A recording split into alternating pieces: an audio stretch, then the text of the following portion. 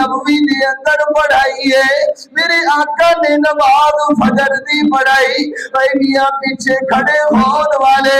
صفا دے اندر ابو بکر بھی موجود ہے اے میاں صف دے اندر حضرت عمر بھی موجود ہے نماز پڑھن والے دے اندروں اے میاں حضرت عثمان بھی موجود ہے حضرت علی بھی موجود ہے میرے معزز سامعین میرے نبی نے نماز مکمل کی تھی سلام پھیر کے آج میرے آقا محمدیہ وال صحابہ وال چہرہ کر کے بیٹھ گئے نے میرے آقا فرماتے نے وے میرے پیارے صحابہ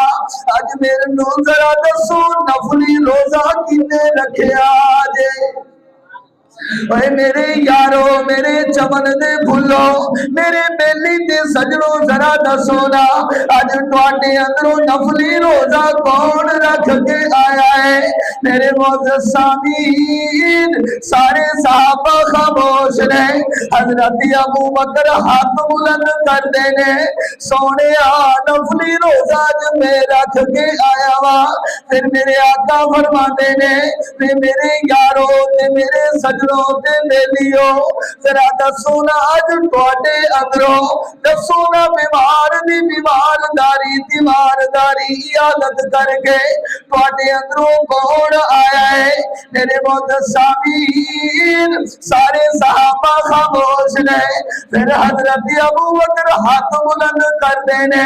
کہتے نے سونے آج میں ابو بکر میں بیمار دی بیمارداری کر کے آیا وا آقا علیہ الصلوۃ والسلام فرما دینے اے میرے بیلی دے سجنوں ذرا دسونا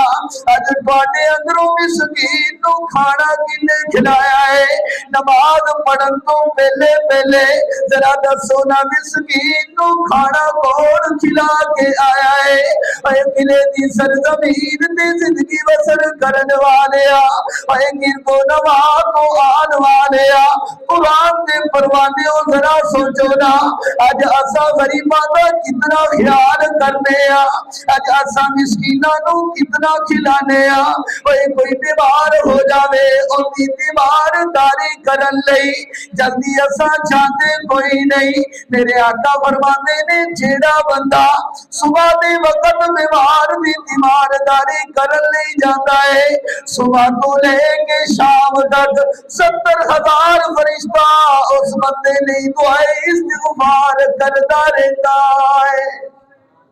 اگر کوئی بندہ شام ویلے جاوے اے میاں بیمار دی بیمارداری کرن لئی تے شام تو لے کے صبح تک 70,000 فرشتہ دے لئی دعائے استغفار کرتا رہتا ہے میرے معزز سامعین میرے آقا نے پوچھا ہے ذرا دسو نا اج مسکین نو کھانا کنے کھلایا ہے حضرت عمر بھی خاموش رہے حضرت عثمان بھی خاموش ہے حضرت علی بھی خاموش ہے حضرت طلحہ بن زبیر سارے خاموش ہیں میرے معزز سامعین پھر حضرت ابو بکر نے ہاتھ بلند کیتا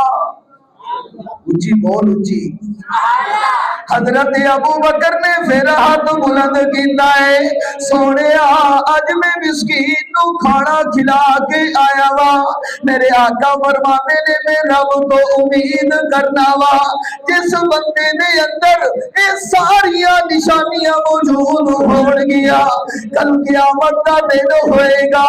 اللہ اس بندے لئی جنت دے 8 دروازے کھول دے گا